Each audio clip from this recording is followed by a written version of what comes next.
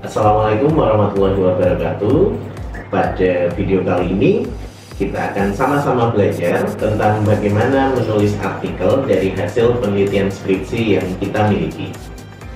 Saudara-saudara mahasiswa sekalian, di akhir saat saudara lulus dari S1 Bimbingan dan Konseling, saudara harus punya sebuah artikel ilmiah yang ditulis dari hasil penelitian skripsi saudara.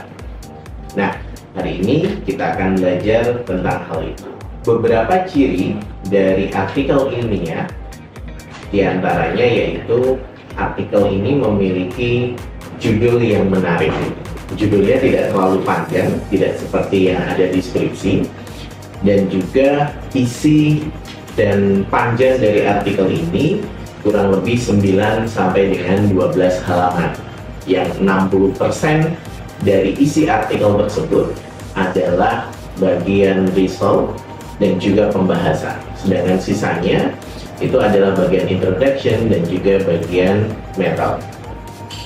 Dalam menulis sebuah artikel, diusahakan sumber rujukan utamanya berasal dari artikel-artikel jurnal juga. Jadi kalau di skripsi saudara-saudara isinya daftar pustaka masih kebanyakan buku, maka silakan dipilih referensi-referensi yang berasal dari jurnal ilmiah.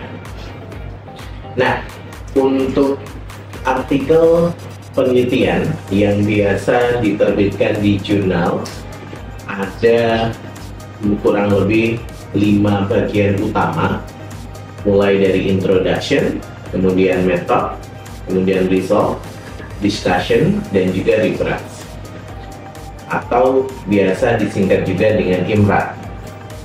Kita coba identifikasi satu persatu apa saja isi dari IMRAT tersebut. Yang pertama yaitu introduction, berisi tentang konteks penelitian, perbandingan penelitian saudara dengan penelitian sebelumnya, dan juga di bagian introduction ini perlu untuk dimunculkan gap penelitian yang menjadi titik tempuh dari kenapa saudara ingin meneliti ini. Dan juga di bagian introduction ini disebutkan juga tentang novelty dan tujuan dari penelitian saudara. Di bagian metode penelitiannya ada 3 hal utama yang perlu dituliskan, yaitu populasi dan juga subjek penelitiannya, metode atau desain penelitian yang digunakan, cara pengumpulan datanya, dan teknik analisis datanya. Itu untuk bagian metodenya. Kemudian untuk bagian result atau hasil, ini berusaha untuk menjawab dari tujuan penelitian yang sudah kita tetapkan sebelumnya. Nah, di bagian discussion atau conclusion disebutkan hal-hal signifikan apa yang berhasil saudara temui dari hasil penelitian tersebut. Dibahas, dihubungkan dengan teori-teori sebelumnya, dengan hasil-hasil penelitian sebelumnya, dilihat kesesuaian dan juga ketidaksesuaiannya dengan penelitian yang terdahulu, sehingga nanti bisa merumuskan sebuah diskusi yang menarik. Kemudian di bagian akhir ada references, di mana saudara perlu untuk menuliskan referensi-referensi yang saudara gunakan. Nah, dalam menulis artikel hasil penelitian, kita akan coba untuk mengidentifikasi secara rinci satu persatu struktur tulisannya yang sudah saya sebutkan di awal dalam bentuk IMRAT tadi. Yang pertama, sebuah artikel harus memiliki judul terlebih dahulu. Judul diusahakan menarik. Kemudian setelah judul, di bagian identitas artikel ada nama autornya. Silakan dituliskan nama saudara sebagai penulis utama, sedangkan pembimbing bisa dijadikan sebagai penulis kedua dan juga penulis ketiga. Apabila saudara ada orang lain yang juga berperan dalam kegiatan penelitian tersebut, bisa dituliskan juga sebagai penulis keempat ataupun kelima. Setelah itu dituliskan afiliasinya, silahkan dituliskan afiliasinya secara lengkap, mulai dari program studi bimbingan dan konseling sampai dengan UNS. Lalu saudara diminta untuk menuliskan abstrak. Dalam artikel ini ya, abstrak biasanya 200 sampai 250 kata. Abstrak ini merupakan intisari dari penelitian saudara, sehingga di abstrak juga perlu dituliskan secara lengkap bagian dari introduction-nya, bagian dari metodenya, result-nya seperti apa, dan juga discussion atau conclusion-nya seperti apa. Kemudian silahkan dituliskan kata kunci atau keyword dari penelitian saudara. Kata kunci atau keyword ini mirip seperti hashtag kalau saudara-saudara bermain sosial media, gunanya untuk mempermudah saat nanti akan ada orang yang mencari penelitian dengan tema yang saudara teliti.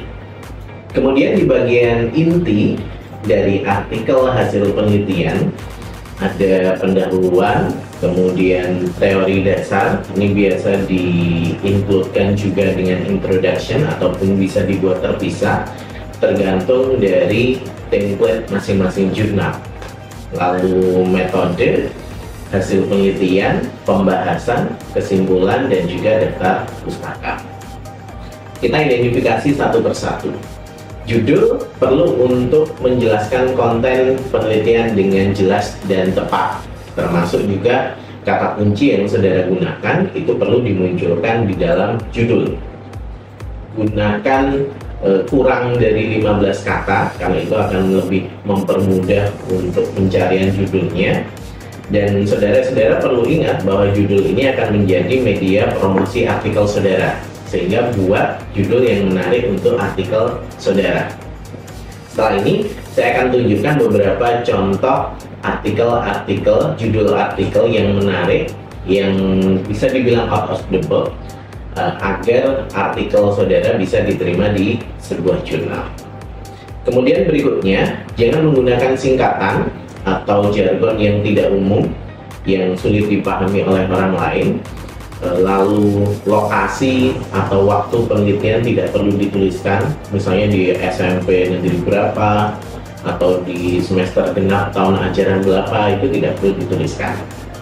Lalu pastikan judul yang saudara tuliskan itu ada di bagian paragraf awal introduction. Jadi di bagian awal introduction, kalau judulnya tentang misalnya tentang prokrastinasi, maka di paragraf awal introduction juga silakan bahas prokrastinasi.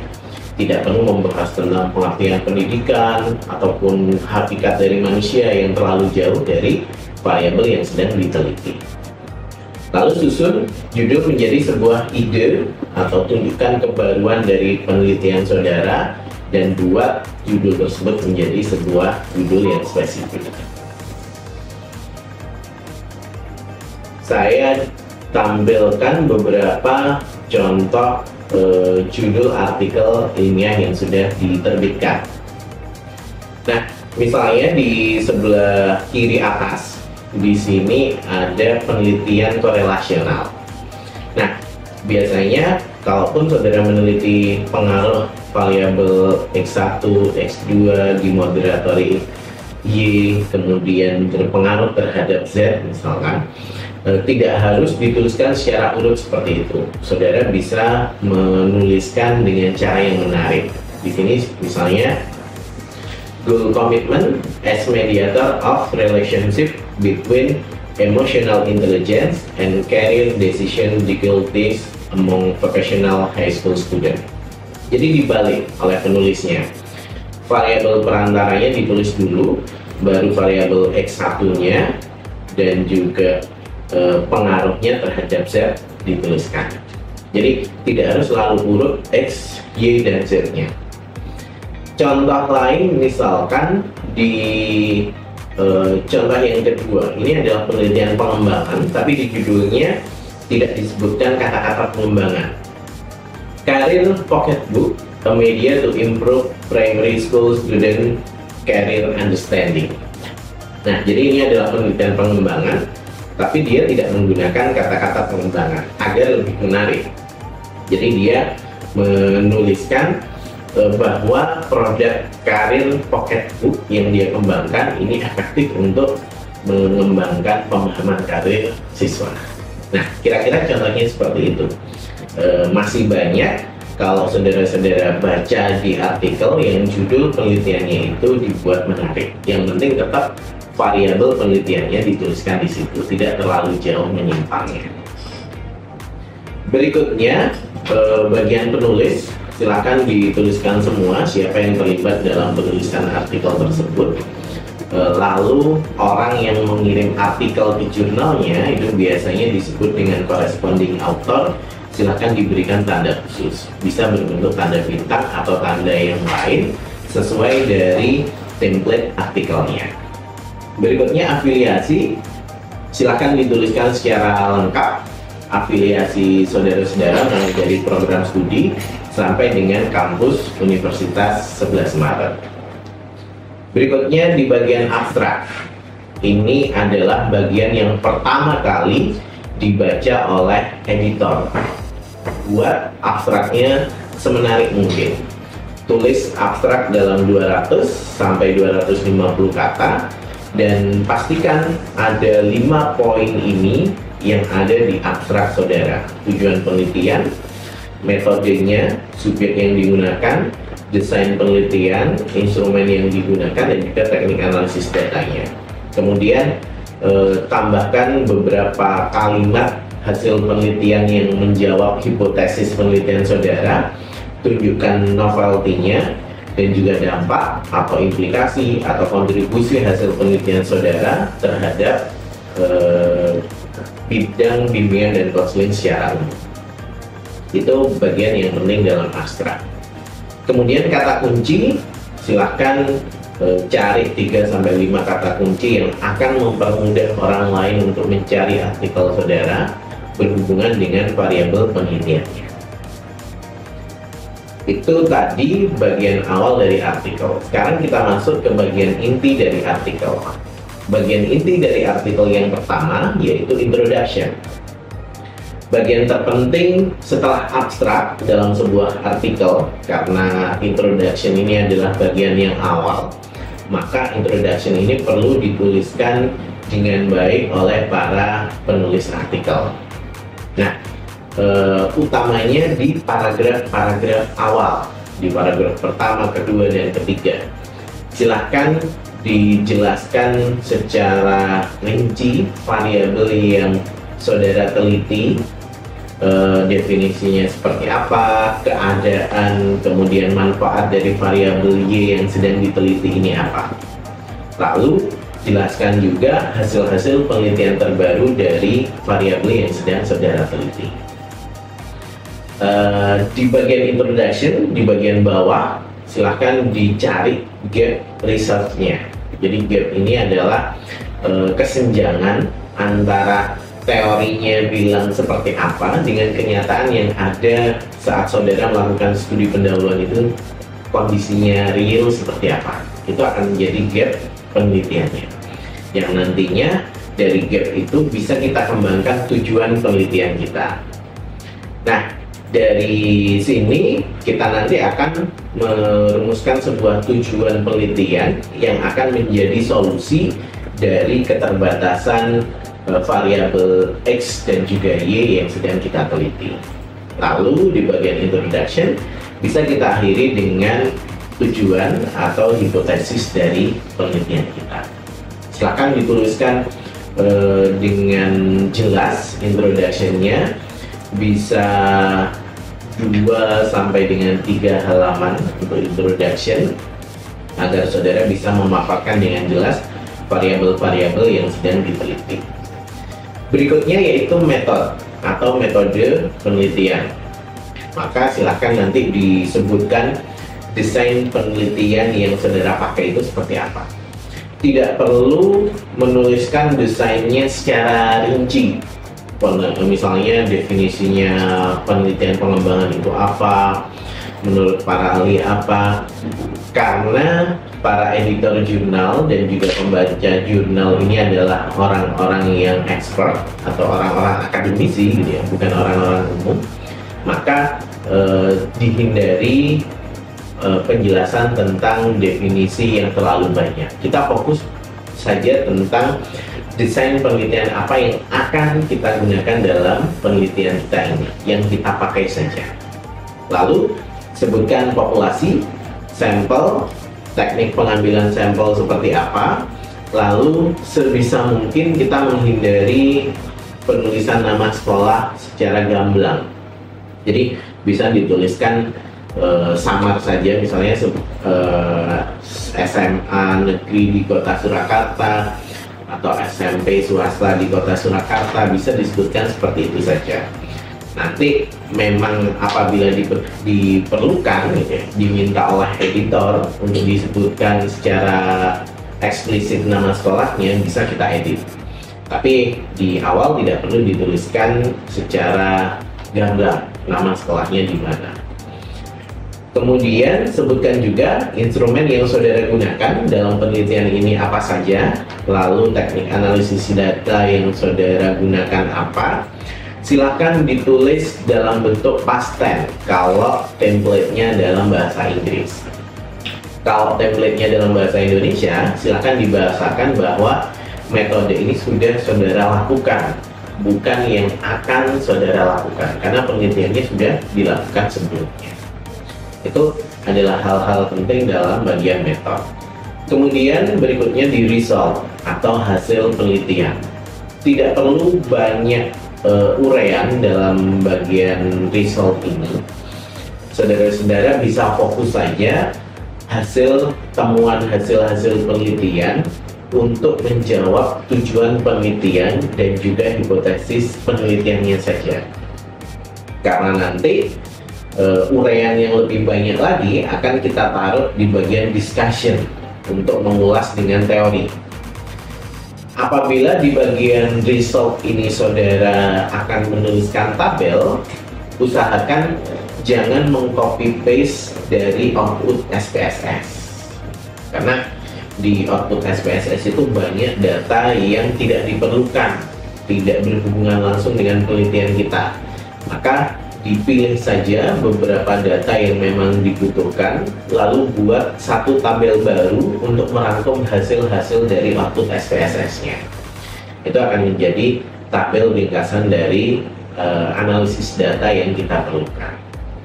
Kalau saudara membubuhkan gambar, silakan berikan gambar yang bagus, yang resolusinya tinggi. Jangan gambar-gambar yang berresolusi rendah.